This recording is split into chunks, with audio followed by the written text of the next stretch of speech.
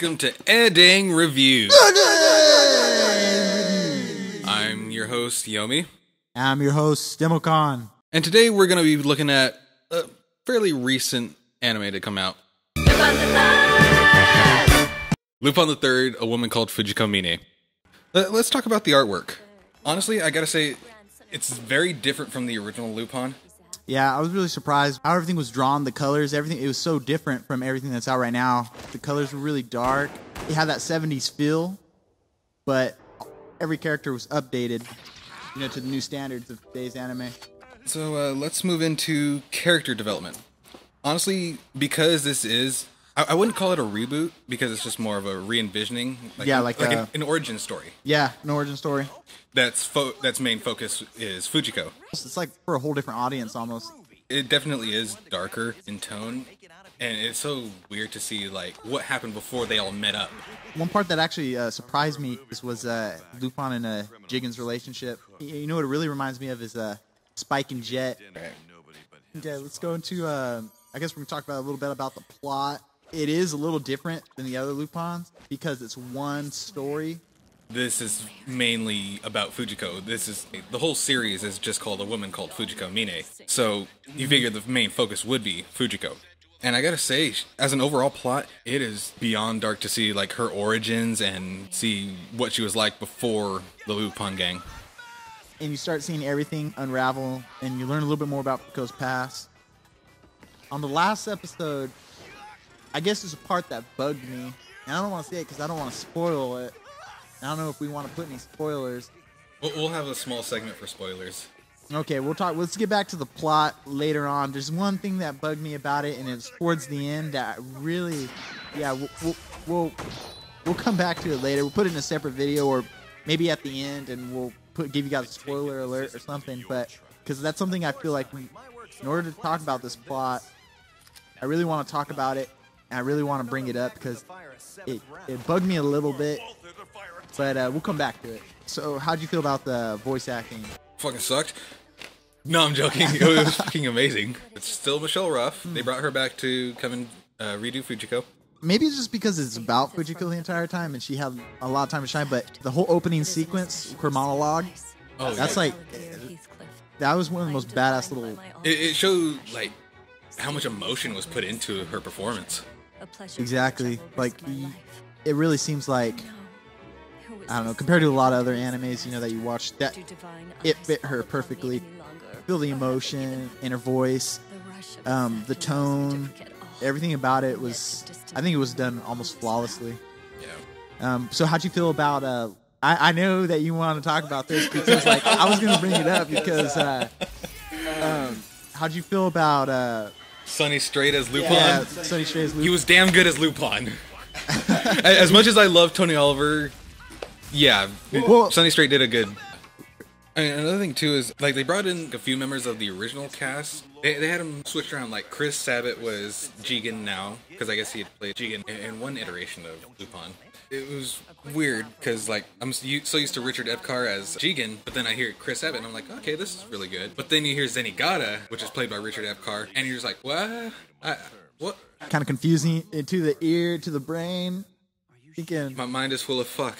But he did do a good job as Zenigata. Oh, yeah. There wasn't a bad performance at all.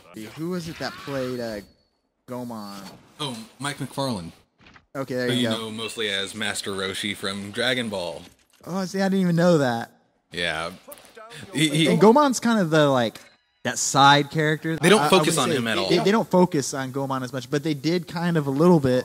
Overall, the voice acting was outstanding. I don't know how'd you feel about the music. It was amazing.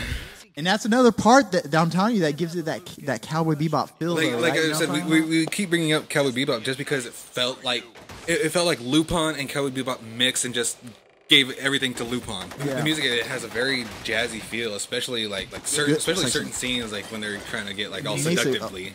Exactly. You hear like the saxophone and how. But when things got really crazy and you start diving into Fujiko's past, you start hearing the jazz get all twisted and crazy and like really off the wall jazz stuff. It just gave it a whole, you know, brought emotion to everything. And I was surprised. It's not like I listen to jazz like just sitting around, but in anime, and I don't know, it just works. Now for this is the elephant in the room. Fan service. Fan service. I wouldn't necessarily call this fan service. More like there was just an overabundance of tits. There's a tit shot in every episode, and I mean, just like I tried to look for an episode that didn't have it, but I'm almost certain there might be one episode, but I'm almost thinking every single episode has some titties. Yeah, no. Here's about it. The intro, the opening monologue. That'll sum it up for you right there. Just watch the opening sequence. Yeah. Yeah, tits within the first 10, 15 seconds. And it has, like, a person, like, grabbing Fujiko's nipple and pulling on it? Like, pulling on it and playing with it. And I was like, oh my God. That sums it up for you right there. That pretty much sums up. What I tried looking for was, was it overly done? Yes, it was overly done a little bit, but I think part of that was part of Fujiko's character. They were trying to dive into it, into the little opening sequence with her monologue. They have her sitting around those Greek statues, the perfect bodies of the male body. I think they're trying to compare Fujiko to like a Greek goddess. She's a seductress. She has the perfect body. She can seduce any man. That's part of who Fujiko is. And I think part of the fan service about having her either naked or halfway naked throughout the show, it's part of her character. She's 100% comfortable being like that. It doesn't bother her. It's not like it's anything different, she's just swimming in the pool. Lupin's all checking her out. It's part of who she is. It's part of, check out her troubled childhood. She doesn't, that's the last thing that's going to bother her. Yeah. Is going to be naked. But it was overdone a little bit. I gotta agree. It was overdone. There are some scenes that I felt like really didn't need it, but it was just there. Another thing I wanted to talk about was the whole switch. To me, not being familiar with the Green Jacket Lupin, I kind of liked it. I think it went with the dark feel because the red, blue, and white was kind of cartoony. This was kind of more dark, the black pants or whatever. And it kind of reminded me, I watched something earlier, I haven't seen it, but the first season of Lupin where he's wearing the green jacket, and I hear the first maybe like half of that season or whatever, it's kind of dark. It seems like it almost goes with the green jacket, the darkness, the grittiness. All right, and I guess we can talk about maybe some of the new characters that we saw. I don't know, maybe we might want to start with the lieutenant. Oscar. Okay, this one was weird. He's your like typical upstanding police officer, but with an infatuation with Zenigata. Yeah. Like, no, this isn't like infatuation. The dude's obsessed. Yeah, he's obsessed with Zenigata. To the point where he'll do anything to please him. He'll do anything. And he's extremely jealous of Fujiko because one instance. Yeah, he hates Fujiko. What he was calling Fujiko, a spittoon? Yeah, spittoon. And it's funny because he's like, you slut. You're just a spittoon, Count Almeida. This entire group is just a bunch of people with owl heads. Yeah. That was pretty badass, though. I actually like that. It was creepy. The psychedelic scenes. Yeah. That was pretty badass. It was creepy to have them all there because they're just like dead-eyed, like owl heads on their faces. But they even do the little owl shrugs where they shakes his head. And then the like weird turning of the head where it's upside down. Yeah. It was trippy. It was cool. It was but it was weird how they just appear out of nowhere. When we get more to talking about Count Almeida, it gets more into spoiler territory. I don't want to dive too much into it, but it has a lot to do with Fujiko's past. But he was a pretty cool, bad guy. I guess we can go on to final scores. Yeah, final scores. Here we go. Me, Stemocon, I'll give it a 9.1. I thought it was an amazing anime, and I was happy that I bought it for first day it came out. But I think they did a really great job in bringing us some more new Lupin, and I hope that we can get some more in this same territory that we just saw. I hope that we can see something new. What do you think, Yomi? I'd give it a 9.2. Just because, like I said, this is like a new take on the original Lupin series. So it was nice to see something much darker in tone, and you get to see, like, you get more insight on the pre-established characters.